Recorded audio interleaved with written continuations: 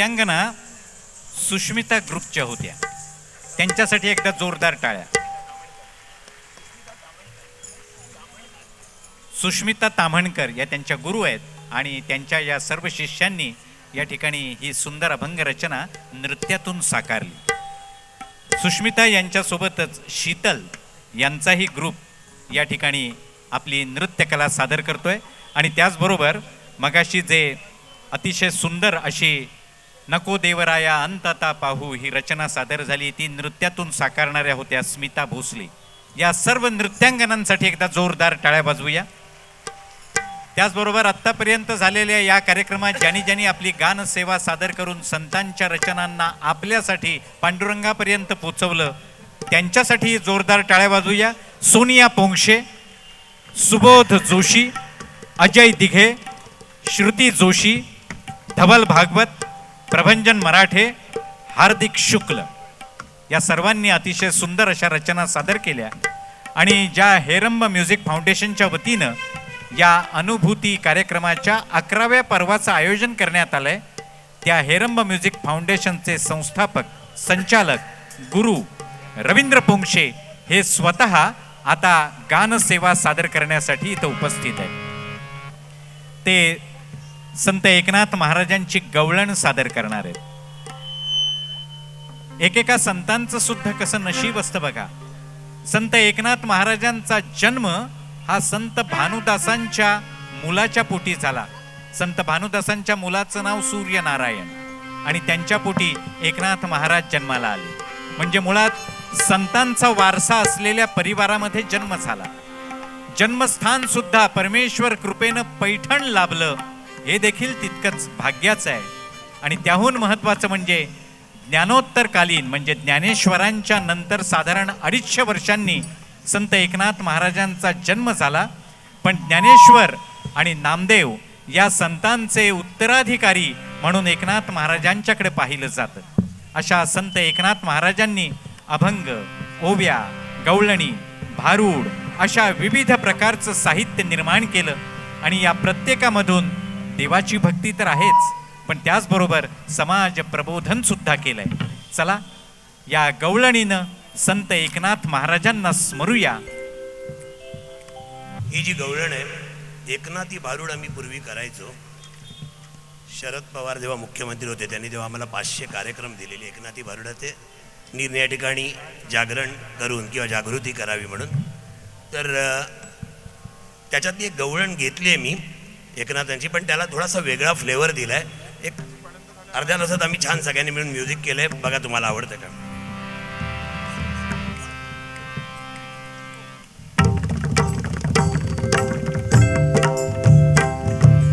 ऐक यशोदे करणी ग बाई तुझी या बाळाची, बाई तुझी या बाळाची. नजर आमच्या माठावर या सावळ्या हरीची, नजर आमच्या माठावर या सावळ्या हरीची, नजर आमच्या माठावर या सावळ्या हरीची.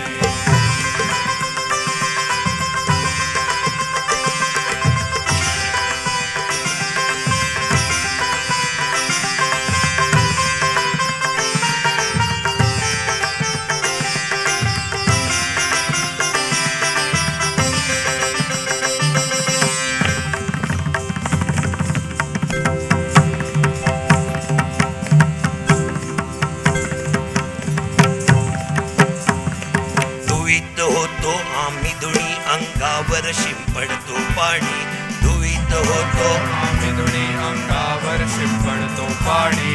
वाईट बाई याची करणी, वाईट बाई याची करणी.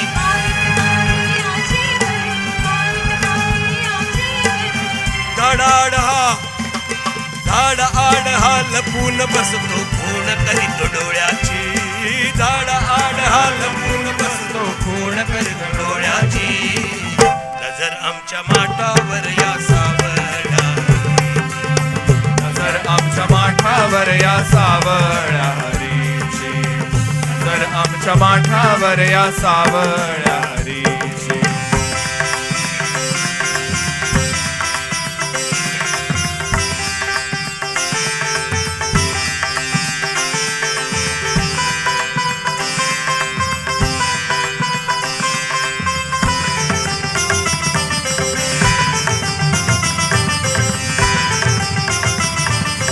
धादिन दादर गिरधा दादर गिरधक दादर गिरधक तर गिरधक दादर गिरधा दिन दादर गिरधा दिन दादर गिरधा कत धादिन दादर गिरधा दिन दादर गिरधा कत धादिन दादर गिरधा दिन दादर गिरधा गोकुळाला वेड लाविले, गोकुळाला वेड लाविले, गोकुळाला वेड लाविले,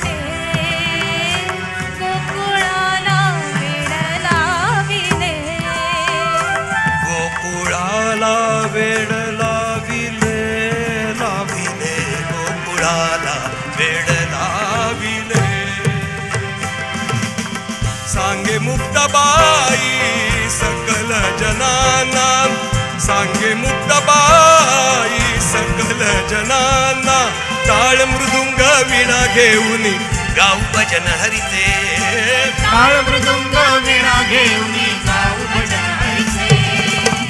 नजर आमच्या माटावर या सावया हरीची, नजर आमच्या माटावर या सावया हरीची, आमच्या माथ्यावर या नजर आमच्या माटावर या, नजर आमच्या माटावर या सावया हरीची.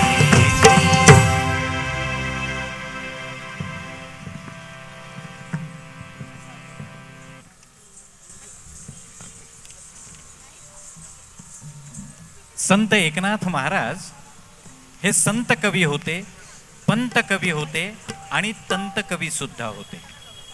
त्यामुळं त्यांनी वैविध्य साहित्याची निर्मिती केली. हे वैविध्यपूर्ण साहित्य आज मंडळी 450 वर्षानंतर सुद्धा वास्तवाला धरून वाटतं. म्हणजे या संतांच्या रचनांमध्ये किती द्रष्टेपणा भरून राहिला होता हे आपल्या लक्षात येईल. सद्गुरू जनार्दन स्वामींचे हे शिष्य म्हणून आपल्या गुरुप्रती कृतज्ञ असणाऱ्या संत एकनाथ महाराजांनी एका जनार्दनी अशा नाममुद्रेनं आपल्या सर्व रचनांची सांगता केली.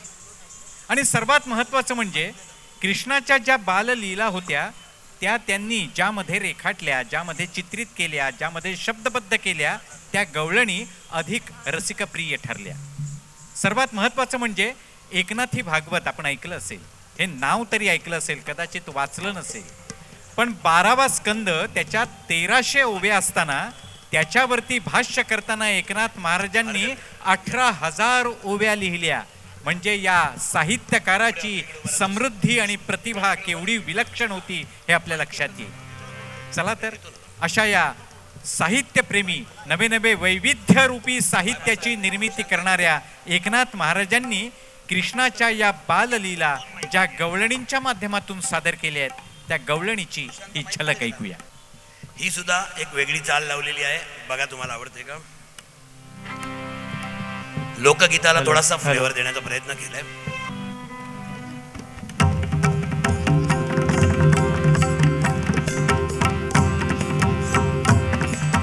धुडकत धुडकत चाल तू राधिकेच्या गळा मिठी मार तू. धुडकत चाल तू राधिकेच्या गळा मिठी मार तू. दयेसी चुंबन आवडी दे तू, दयेसी चुंबन आवडी दे तू. पाहता यशोदेसी मगरड तू मिठी मार तू. पाहता यशोदेसी मगरड तू मिठी मार तू. धुडकत चाल तू राधिकेच्या गळा मिठी मार तू. धुडकत चाल तू राधिकेच्या गळा मिठी मार तू.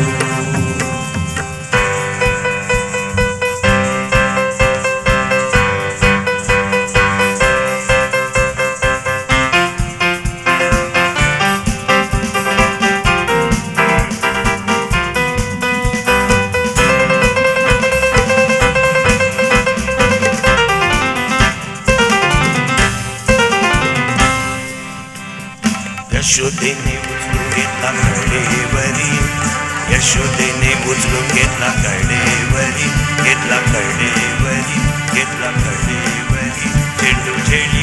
सव्य अपसव्य करी, चेंडू झेलितात सव्य अपसव्य करी. एका जनार्दनी नाम, एका जनार्दनी नाम, नकळे निर्धारी. राधिकेच्या गळा मिठी घाल तू, धुडकत धुडकत चाल तू, चाल तू. राधिकेच्या गळा मिठी घाल तू, धुडकत धुडकत धुडकत चाल तू, चाल तू. राधिकेच्या गळा मिठी घाल तू, धुडकत धुडकत धुडकत चाल तू, चाल तू. राधिकेच्या गळा मिठी घाल तू.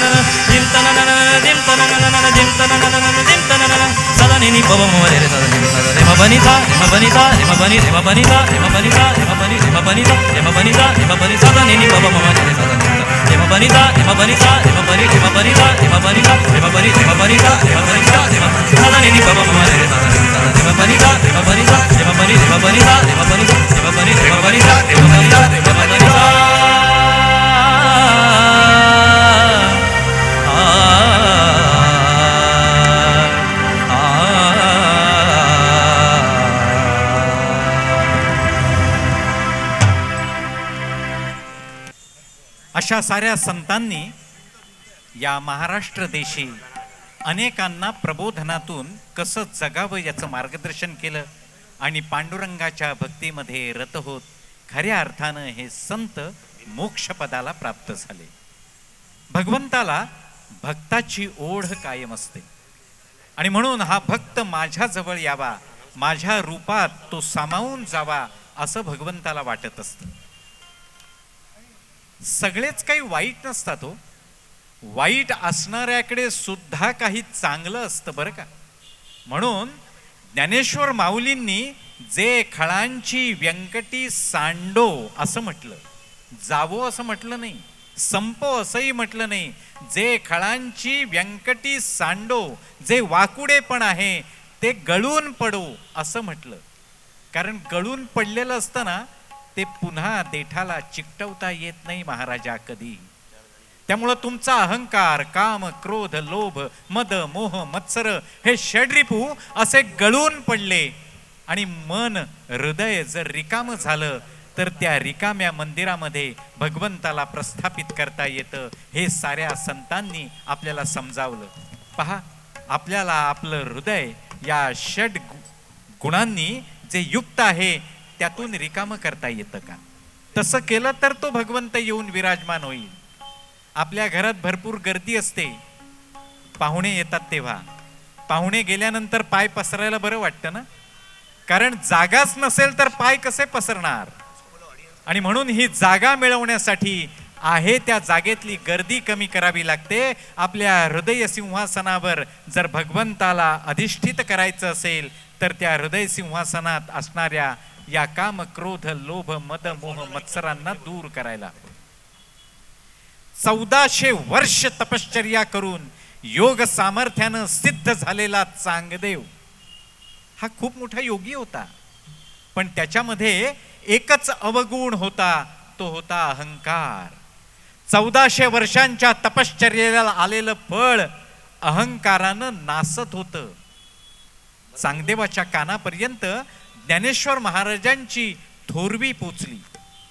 या पोराला भेटलं पाहिजे असं चांगदेव महाराजांना वाटलं. हा काही साधा सुधा गया गुजरा असा मी नव्हता, फार श्रेष्ठ होता. वटेश्वर या नावाचे जे गुरु होते त्यांचा हा शिष्य होता आणि योग सामर्थ्यानं सिद्ध होता. या ज्ञानेश्वर नामक पोराला भेटावं असं त्यांना वाटलं आणि भेटण्यापूर्वी संकेत म्हणून एक पत्र लिहिलं. पण लिहिण्यासाठी पत्र हातात घेतल्यावर मायना काय लिहावा असा प्रश्न चांगदेवाला पडला आणि मायना काय लिहावा या प्रश्नातच कोरपत्र ज्ञानेश्वर माऊलींपर्यंत पोचलं. मुक्ताई म्हणाली, कोरा रे कोरा. आणि निवृत्ती म्हणाले, ज्ञानोबा आता तूच समजाव त्याला. पण भेटीची ओढ काही कमी नव्हती आणि योग सामर्थ्यानं सिद्ध असणारे 1400 वर्षांच्या तपश्चर्येनं आपला योग सिद्ध केलेले चांगदेव महाराज हे स्वतः हिंस्राशा श्वापदावर स्वार होत ज्ञानेश्वर माऊली आणि त्यांच्या 4ही भावंडांना भेटायला आले. ही भावंड खेळत होती, एका भिंतीवरती गप्पा टप्पा करत बसली होती आणि त्यांना असं लक्षात आलं की साक्षात योग सामर्थ्यानं सिद्ध असणारा चांगदेव हा वाघावर स्वार होऊन आपल्या भेटीसाठी येतोय. पुढं काय झालं आपल्याला प्रश्न पडला असेल, मी कशाला सांगू हो. आपण प्रत्यक्ष पहा. एवढ्या वेळच्या भजनात तल्लीन झालेले आपण सारे भगवंत नाही पण भगवंताचा अंशात्मक रूप संत ज्ञानेश्वर महाराज साक्षात आपल्या भेटीला येतील आपल्या सर्व भावंडांसह. भेटूया.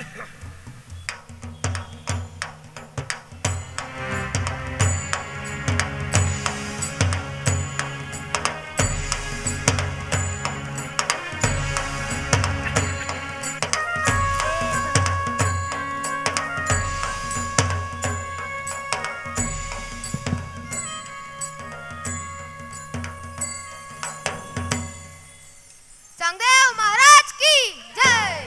चांगदेव महाराज की जय. कुठे आहेत? कुठे आहेत ती संन्यासाची पोरं? कुठे आहेत? कुठे आहेत ती संन्यासाची पोरं?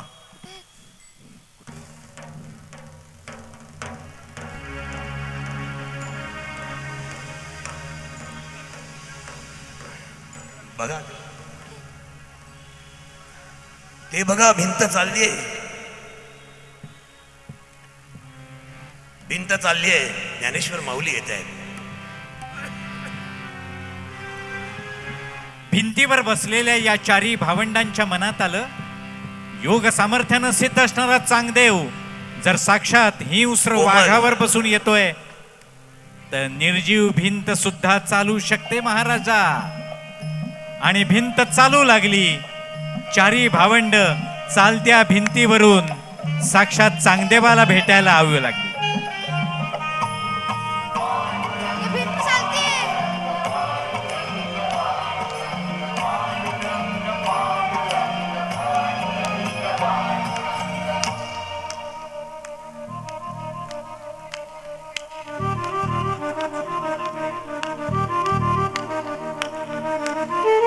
फुले वेचिता बहरू कळी आला. फुले वेचिता बहरू कळी आला. मोगरा फुलला, मोगरा फुलला, मोगरा फुलला, मोगरा फुलला, मोगरा फुलला, मोगरा फुलला, मोगरा फुलला, मोगरा फुलला.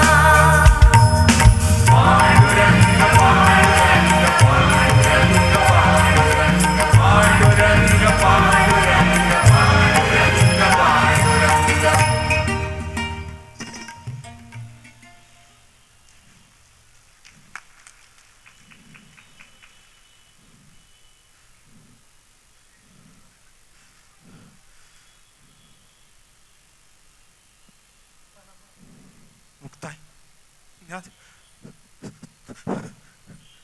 तुम्ही ही निर्जीव भिंत चालवलीत आणि माझा अहंकार अगदी धुळीला मिळवला. माझा गर्व निवारला. माझी 1400 वर्षाची तपश्चर्या आज व्यर्थ झाली, व्यर्थ झाली.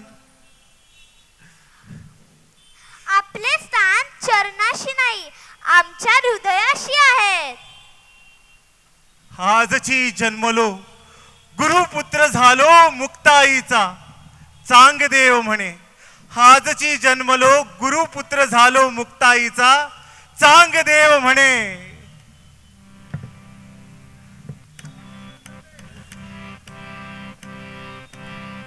जय हरी विठ्ठल जय जय विठ्ठल जय हरी विठ्ठल जय जय विठ्ठल जय हरी विठ्ठल जय जय विठ्ठल जय जय विठ्ठल जय हरी विठ्ठल जय जय विठ्ठल जय हरी विठ्ठल जय जय विठ्ठल जय हरी विठ्ठल जय जय विठ्ठल जय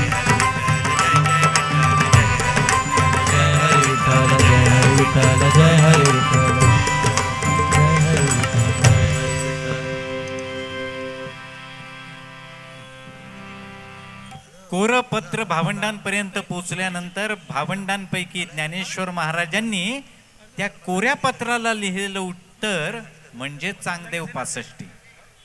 आणि मग निवृत्तीनाथांच्या आदेशानुसार मुक्ताबाईने त्यांना शिष्य म्हणून स्वीकारलं आणि गुरुगृहीत केलं. मंडळी, ही थोरवी होती संतांची. आणि अशा पद्धतीनं जर आपण समाजामध्ये जे थोर आहे, जे चांगलं आहे, ते जर स्वीकारत राहिलो तर त्यानं आपण लहान होत नाही महाराजा. उलट आपलं आणखी उन्नत होण्याचा मार्ग मोकळा होतो. त्यामुळं गुरुला स्वीकारणं किंवा समाजामध्ये जे चांगलं आहे त्याला स्वीकारणं म्हणजे आपणच स्वतःला उन्नत करणं आहे. आणि हाच भाव हेरंब म्युझिक फाउंडेशन आपल्या मनी बाळगतं. आणि म्हणूनच हेरंब म्युझिक फाउंडेशनच्या माध्यमातून अशा सांगीतिक कार्यक्रमांचं आयोजन तर केलं जातच, पण यासोबत सामाजिक भान सुद्धा जपलं जातं. आणि म्हणून सेवाव्रती पुरस्कार, संगीतरत्न पुरस्कार आणि समाजरत्न पुरस्कारांनी या समाजामध्ये थोर कार्य करणाऱ्यांना हेरंब म्युझिक फाउंडेशनच्या माध्यमातून गौरवलं जातं. आजही या अनुभूतीच्या 11व्या पर्वात आपण अशाच 3 रत्नांचा सन्मान करणार आहोत. त्यापैकी पहिलं रत्न आहे ते आहे समाजरत्न पुरस्काराचं मानकरी आपले ठाणेकर मनोहर जयराम जोशी उर्फ आप्पा जोशी. या 3ही रत्नांना सन्मानित करण्यासाठी सुधाताई म्हैसकर, त्याचबरोबर प्रवीणजी दुधे आणि सन्माननीय माधवजी जोशी यांना विनंती आहे आपण मंचावरती यावं. सुधाताई या, माधवजी या.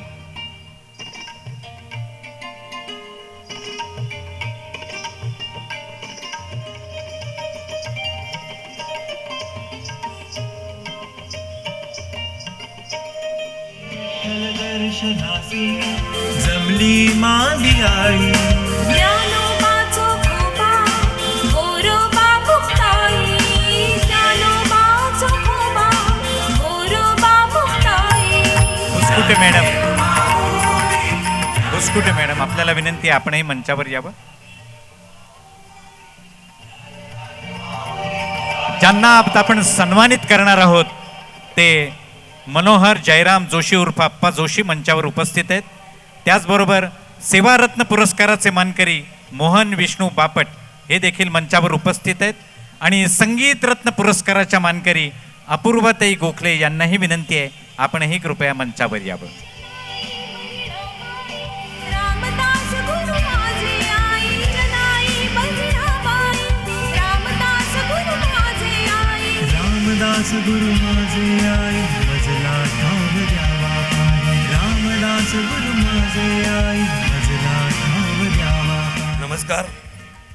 हा जो कार्यक्रम आहे तो आपल्याला चालत ठेवणं गरजेचं आहे. गेल्या 11 वर्ष आपण तो चालवतोय सुंदररित्या. आता नंतर दिंडी आहे विठ्ठलाची, कोणी जाऊ नये. 3च गाण्यांनंतर याच्यानंतर दिंडी पण आहे आणि नंतर तुकारामांचं वैकुंठ गमन तुम्ही आपल्या डोळ्यांनी बघणार आहात.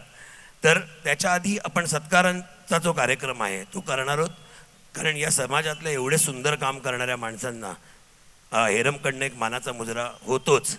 पण दरवर्षी खरे असे खूप तारे आहेत आपल्या याच्यामध्ये, पण दरवर्षी आपण 3-3 जणांचे सत्कार करतो. आणि आज मी सगळ्यांना मंचावर, आपल्या डोंबिवलीतले बरेच जण आहेत त्यांना बोलवतोय. जरा उभं राहावं लागेल फक्त. त्याचं कारण सगळेच मान्यवर आहेत. एवढ्या खुर्च्या मांडल्या लागल्या तर मग बाकीचे आपले ऑडियन्स जे आहेत ते सुद्धा तसेच आहेत, आपल्यासाठी महत्त्वाचे आहेत. तर ते कंटाळा नको आणि कार्यक्रम रटाळ नको व्हायला.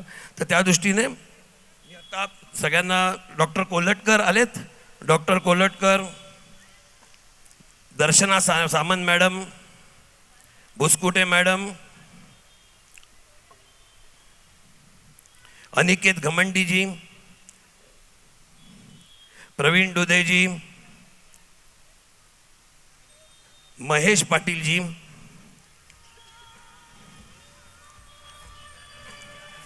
राहुल दामले, संदीप पुराणिक, राजेश मोरे, मंदार हळबे,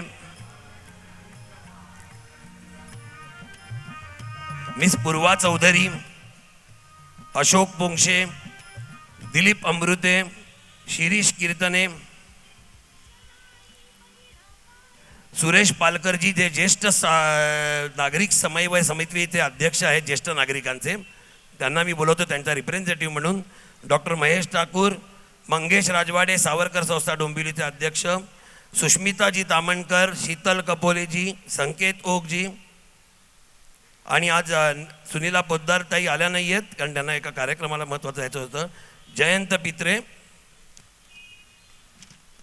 मीना गोडकिंडीजी, प्रभू कापसेजी, डॉक्टर अरुण पाटील,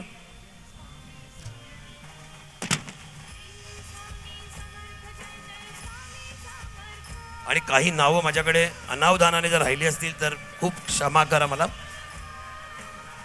जर तिकडे ऑडियन्समध्ये कोणाला कळलं तर मला प्लीज हे करा. दर्शना मॅडम, प्रभू कापसेजी, जरा सगळ्यांना उभं करतोय मी, त्याबद्दल माफ करा. सगळ्यांना उभं करतोय.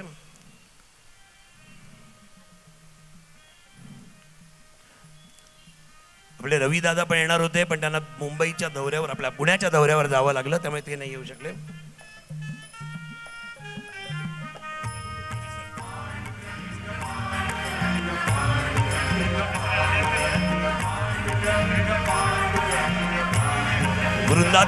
वृंदाताई कुलकर्णीजी,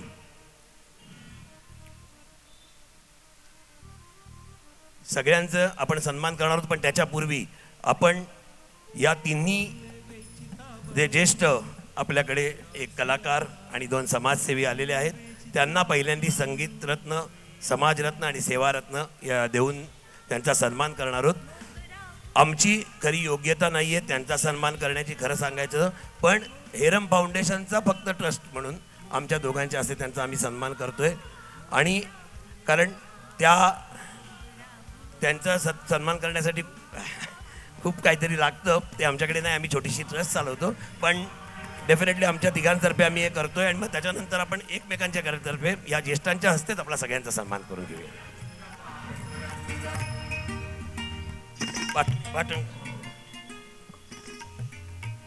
मला वाटतं सच्चिदानंद शेवडे सुद्धा इथे उपस्थित आहेत, त्यांनाही विनंती, 1 रुपया आपण मंचावर यावं. सच्चिदानंद शेवडेजी,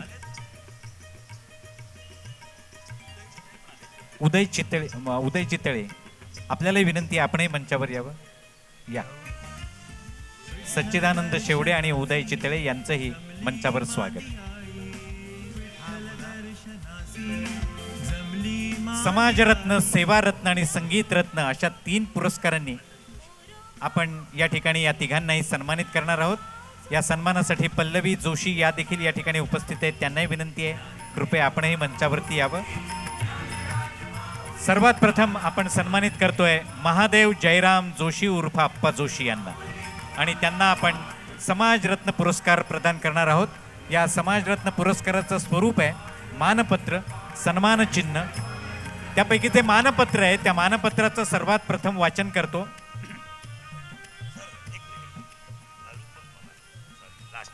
त्याचबरोबर रूपकजी पवार हे देखील या ठिकाणी उपस्थित आहेत, त्यांनाही विनंती, 1 रुपया आपणही मंचावर यावं.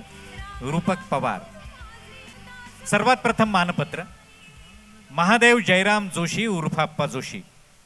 माधवराव काळे यांच्यासारख्या ऋषितुल्य कर्मयोग्याचा दीर्घकाळ लाभलेला सहवास, त्यांच्याकडून मिळालेली प्रेरणा आणि संघाचे संस्कार यामुळं आपल्या स्वभावात भिनलेली सेवाभावी वृत्ती अधिकच काटक बनली. सुरुवातीला शिक्षकी पेशाने गुहागरला केलेलं काम, नंतर 2 वर्ष संघ प्रचारक, त्यानंतर तब्बल 32 वर्ष विश्व हिंदू परिषदेसाठी तलासरीत स्वीकारलेली जबाबदारी, त्यामधून गोपालन, वृक्ष लागवड अशा विविध कामांचा मिळालेला अनुभव. मग 2001 सालापासून डोंबिवली इथं वास्तव्य करून वनवासी क्षेत्राशी स्वतःहून वेगळ्या वेगळ्या माध्यमातून कायमचा ठेवलेला संपर्क हे आपल्या आयुष्यातील काही महत्त्वाचे टप्पे. 2015 ते 2023 इतिहास भारती संस्थेत कार्यवाह, जनजाती अभ्यास प्रचार आणि प्रसार यासोबतच मुंबई तरुण भारत आणि साप्ताहिक विवेक यासाठी शहर प्रतिनिधी म्हणून आपण पार पडलेली जबाबदारी, गांडूळ खत, पाणी अडवा पाणी जिरवा या योजनांचा प्रचार आणि वृक्ष लागवडीसाठी कायम प्रवास हे सारं थक्क करणार आहे. त्यावेळचे आपले विद्यार्थी चिंतामणी वनगा आज अधिवक्ता झालेत, तर लहान कोठारे हे यशस्वी डॉक्टर झालेत. आपल्या या कार्यनिष्ठेची पोचपावती म्हणून डॉक्टर हेडगेवार स्मारक सेवानिधी पुरस्कारानं आपल्याला सन्मानित करण्यात आलं आहे. तसंच स्वर्गीय बाळासाहेब साठे पुरस्कार, नानासाहेब दांडेकर सार्वजनिक न्यास पुरस्कार अशा अनेक पुरस्कारांनी आपण सन्मानित झाला आहात. अशा डोंबिवलीच्या भूषण व्यक्तिमत्वासाठी समाजरत्न पुरस्कार देताना हेरंब म्युझिक फाउंडेशनला मनस्वी आनंद होत आहे.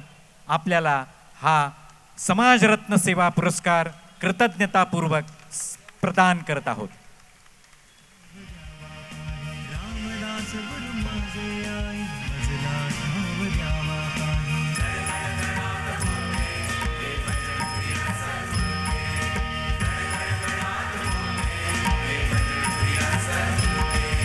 श्री स्वामी समर्थ जय जय स्वामी समर्थ.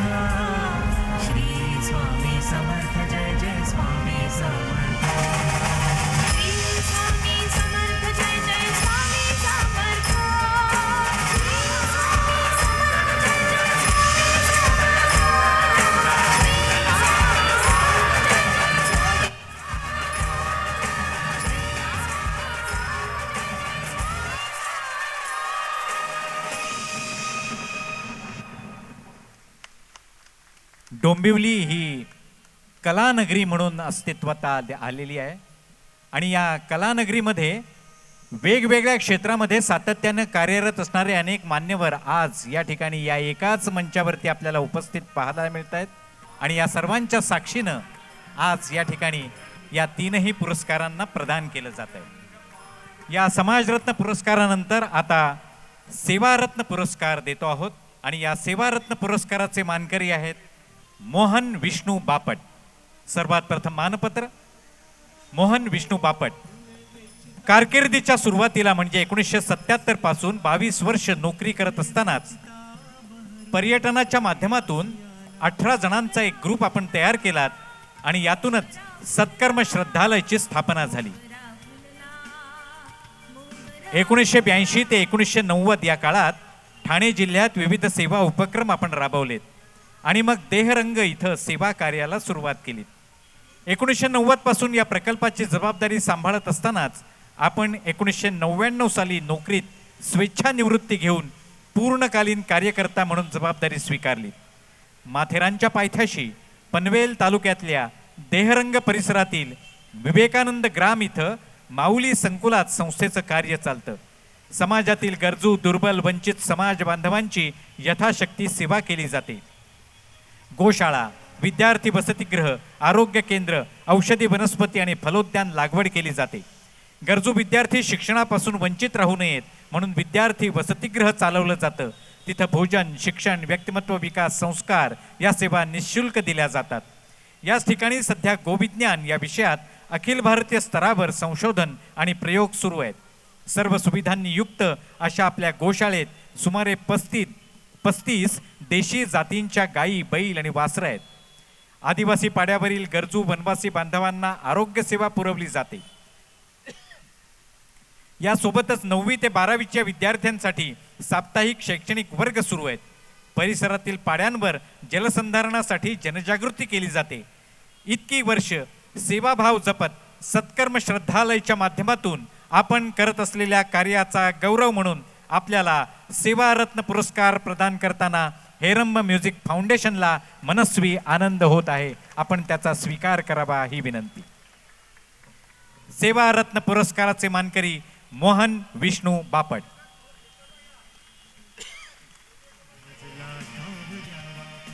रामदास गुरु माझे आई मजला ठाव द्यावा पाणी.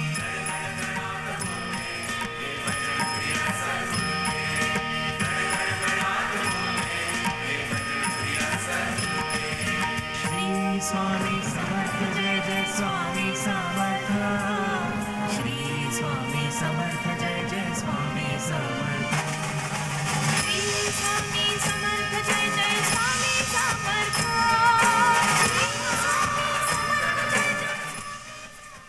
आणि यानंतर संगीत रत्न पुरस्कार हेरंब म्युझिक फाउंडेशन कडून दिल्या जाणाऱ्या या संगीत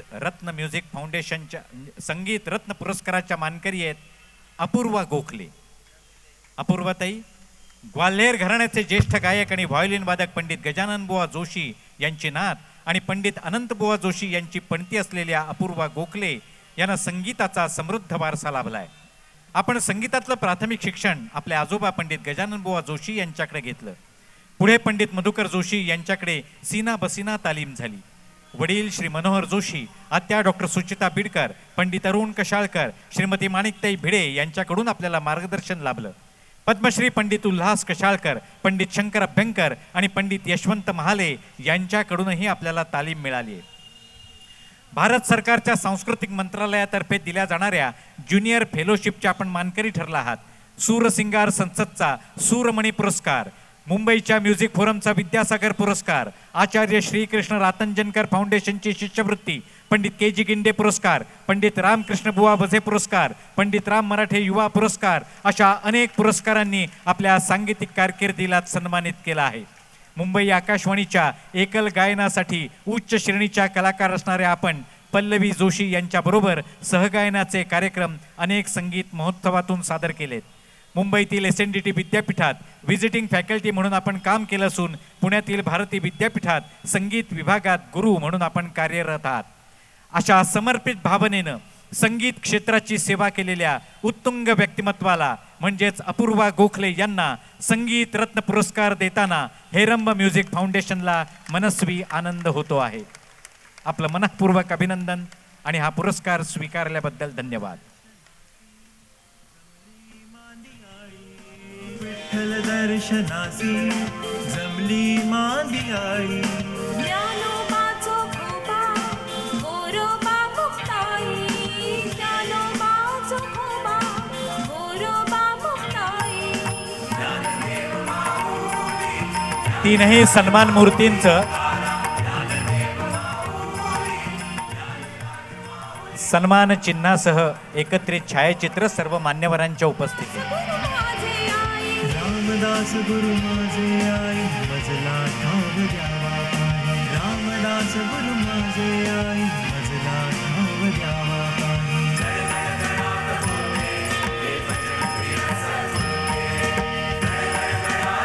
भक्तिरचना सादर करून कदाचित पांडुरंग प्रसन्न होईल, पण कितीही वेळ दिला तरी छायाचित्रकार कधी प्रसन्न होत नाही आणि समाधानी होत नाही. म्हणून हा अधिकचा वेळ. धन्यवाद. सर्व मान्यवरांचा आपण सन्मान करूया हेरंब म्युझिक फाउंडेशनच्या वतीनं. सर्व मान्यवरांचा आपण सन्मान करतोय. त्याच्या आधी 2 शब्द माधव जोशी सरांना बोलायचे. सर्व ज्यांचा सन्मान मूर्तींचा मी हार्दिक अभिनंदन करतो. अप्पांच्याबद्दल एक 3-4 गोष्टी.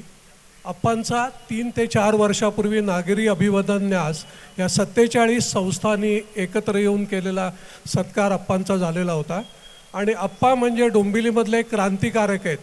तलासरीला त्यांनी कम्युनिस्टांबरोबर जो लढा दिला त्याच्यामध्ये त्यांच्या घरावर हल्ला झाला. वहिनी आणि त्यांची मुलगी घरात नव्हती म्हणून वाचली, पण अप्पांच्या डोक्याला 44 टाके पडले होते. 3.5 वर्ष ते घरी होते आणि त्यानंतर परत तलासरीला जाऊन त्यांनी काम सुरू केलं. आणि दुसरी त्यांच्याबद्दलची एक गोष्ट म्हणजे त्यांच्या प्रेरणेमधून डोंबिवलीमध्ये 5 वर्षापूर्वी 57 शोषक खड्डे, प्रत्येक खड्ड्याला 6,000 रुपये खर्च आला होता. असे 57 शोषक खड्डे भारत विकास परिषदेच्या तर्फे आपल्याकडे डोंबिवलीमध्ये झाले पाणी जिरवण्यासाठी. आणि त्याच वर्षी अप्पांनी पालघरला एक मोठा तलाव बांधून त्याच्यावरती कळस चढवला. तर अप्पांना खरोखर वंदन. धन्यवाद. सगळ्याच मान्यवरांचं काम खूप मोठं आहे, तर त्यांना परत एकदा वंदन. आणि आता पहिले आपण एक सत्काराचा छोटा पटापट कार्यक्रम चालू करूया. मला माहिती आहे की ऑडियन्सला पण दिंडी करायची आहे, विठ्ठलाचं दर्शन घ्यायचं आहे, तुकाराम महाराजांचं वैकुंठ गमन बघायचं आहे. तर पहिल्यांदी मी अप्पांना विनंती करतो की 4 पुरस्कारार्थींना तुम्ही जरा त्यांचा सत्कार करावा. पहिले आमचे सच्चिदानंद शेवडे,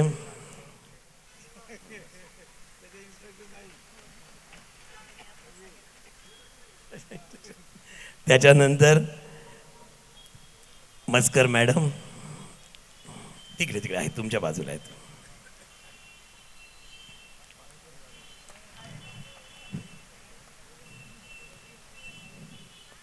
त्यानंतर माधव जोशी सर,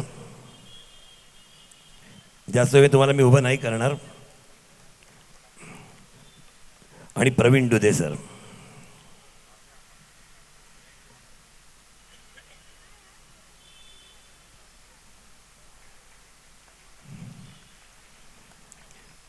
नंतर बापट साहेबांना मी विनंती करीन, त्यांच्या हस्ते आपण 4 पुरस्कार देऊया. बुसकुटे मॅडम,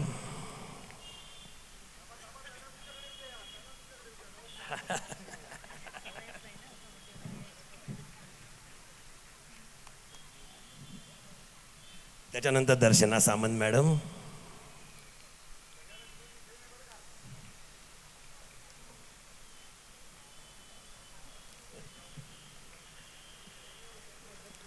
डॉक्टर अरुण पाटील,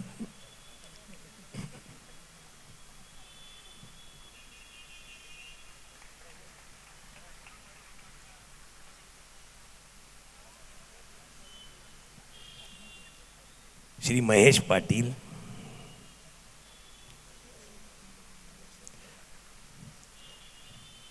सगळे आपल्या डोंबिवलीतले दिग्गज लोक आहेत. एकदा त्यांच्यासाठी खूप टाळ्या झाल्या पाहिजेत. त्याच्यानंतर अशोक पोंक्षे,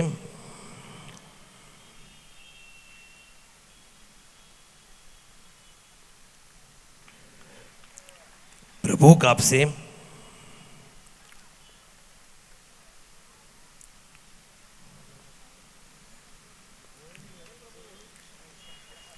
रूपक पवार.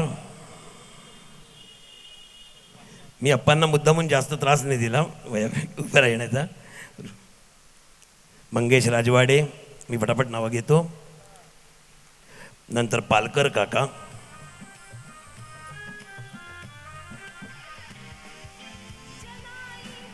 पालकर काका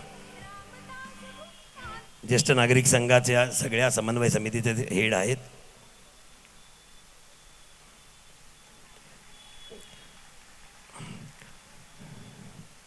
त्याच्यानंतर अपूर्वाजी गोखले, आपल्या डोंबिवलीच्या पूर्वाश्रमीच्या जोशी, त्यांना मी आता सांगतो की त्यांच्या हस्ते 3 पुरस्कार आपण. डॉक्टर पूर्वा पाटील चौधरी,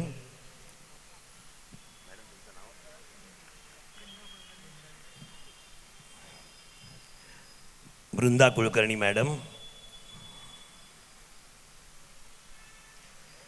शीतल कपोले मॅडम, सुष्मिताजी,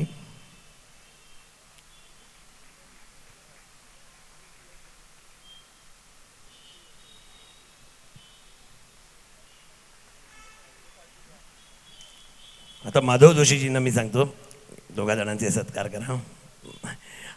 संकेत ओक, उदय चितळेजी,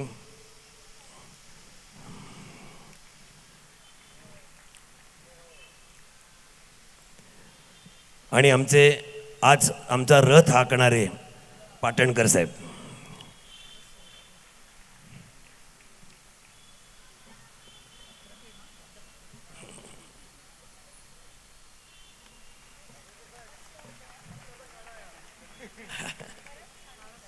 खूप छान.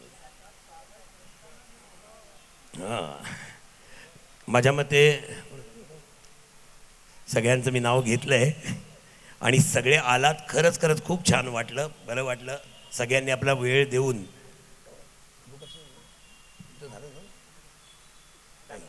प्रभू कापसे. तर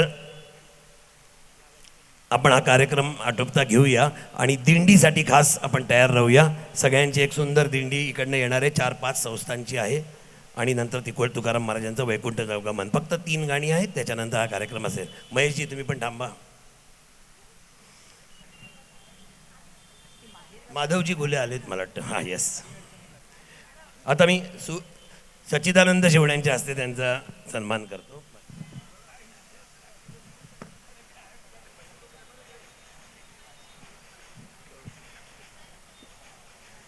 धन्यवाद.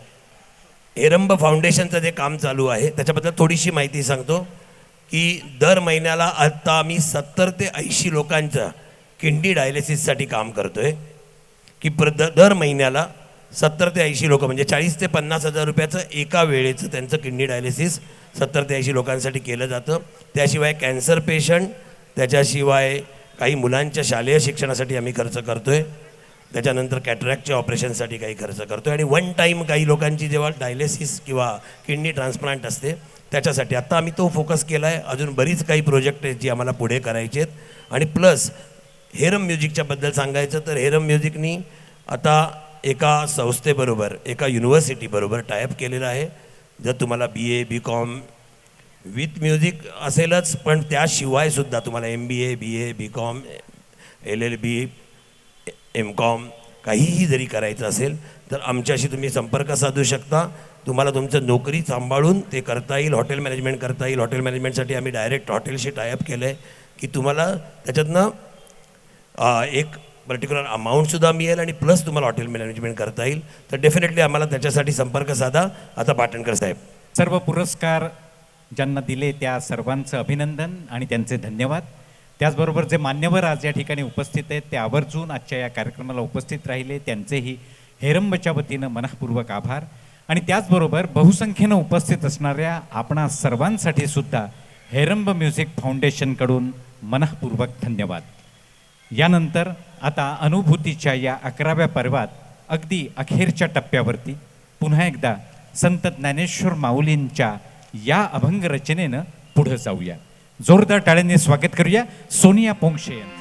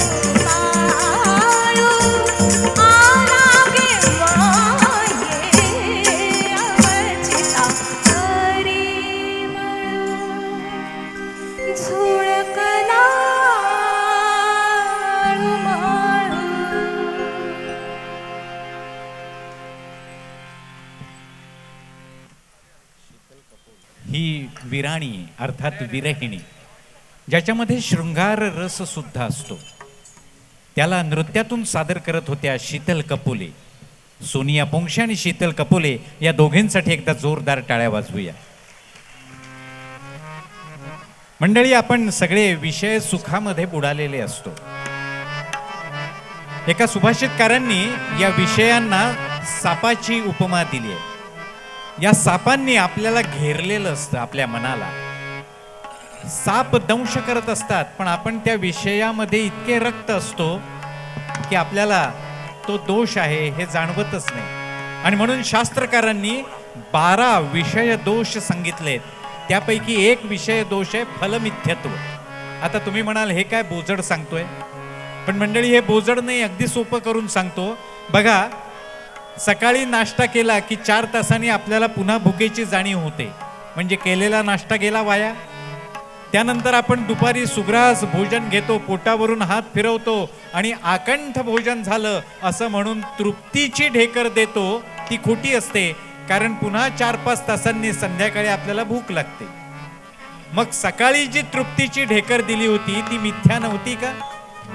आणि संध्याकाळी थोडंसं काही खाल्ल्यानंतर रात्री पुन्हा जेव्हा भूक लागते तेव्हा संध्याकाळचं खाणं वायाच गेलं की हो. त्यामुळं ज्या विषयासाठी आपण खास म्हणून काहीतरी प्रयत्न करतो त्या विषयामधून मिळणारा आनंद हा क्षणिक असतो, त्याचं फळ हे मिथ्य असतं. हे आपल्याला जाणवत नाही, हा आपला दोष आहे. संतांना ते जाणवलं.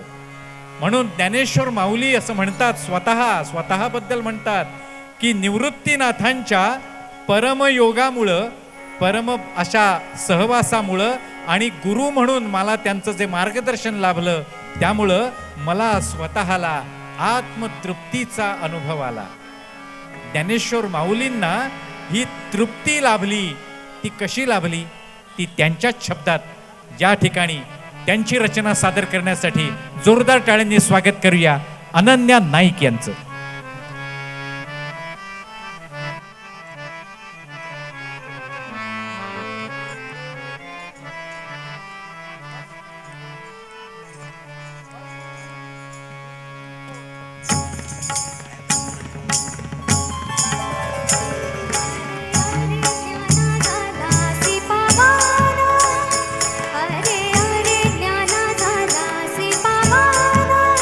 तुझे तुझ ध्यान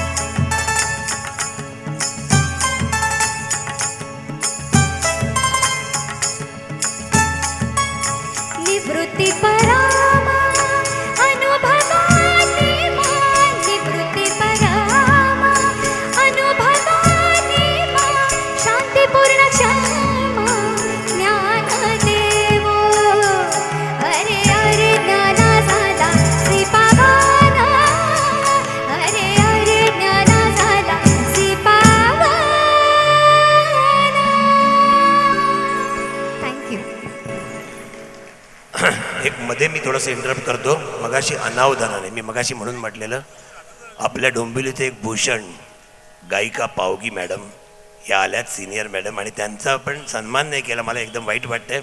प्लीज प्लीज, मगाशी राहिलं, मला दिसलं नाही. मी सांगितलं की काय की मला पावगी मॅडमचं संगीतातलं कार्य खूप मोठं आहे.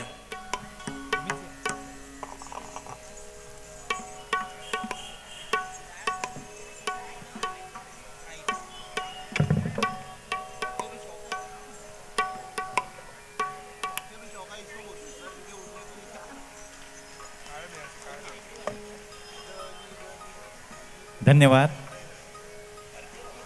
मंडळी, आपल्याला या गोष्टीची जाणीव असेल की आपण या अनुभूती 11व्या पर्वाचा प्रारंभ सुंदर ते ध्यान उभे विटेवर करकटावर ठेवून या इथून केली होती. आणि त्या करकटावर ठेवण्याचा अर्थ आपण समजून घेतला होता. ते रूपक आपण जाणण्याचा प्रयत्न केला होता. त्या रूपकाला पुष्टी त्याच संत तुकाराम महाराजांनी दिली आहे. आणि आता सादर होणाऱ्या अभंगामध्ये ते असं म्हणतात, तुका म्हणे केली सोपी पाय वाट उतरावया भवसागर रे. बघा, हा भवसागर तरुण जाण्यासाठी तुकाराम महाराजांनी म्हणजे सर्वच संतांनी आपल्याला त्या परमपिता परमेश्वरापर्यंत पोचवण्यासाठी एक अत्यंत चांगली अशी वाट तयार करून दिली आहे.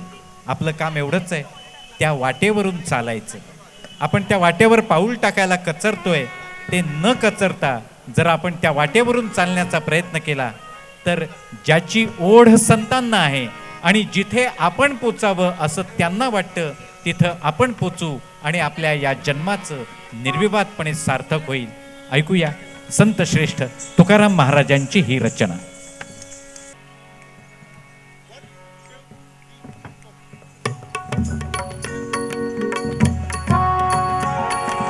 खेळ मांडिलेला वाळवंटी घाई, खेळ मांडिलेला वाळवंटी घाई, नाचती वैष्णवभाई रे, नाचती वैष्णवभाई रे.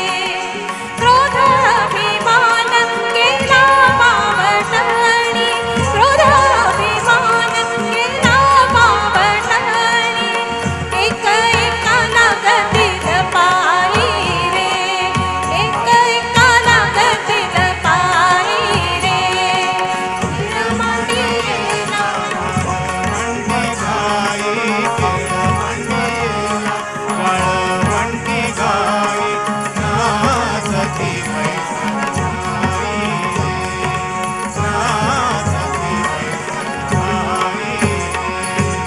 गोपी चंदन ओटी तुळशीच्या माळा, गोपी चंदन ओटी तुळशीच्या माळा, हार मिरविती गळा,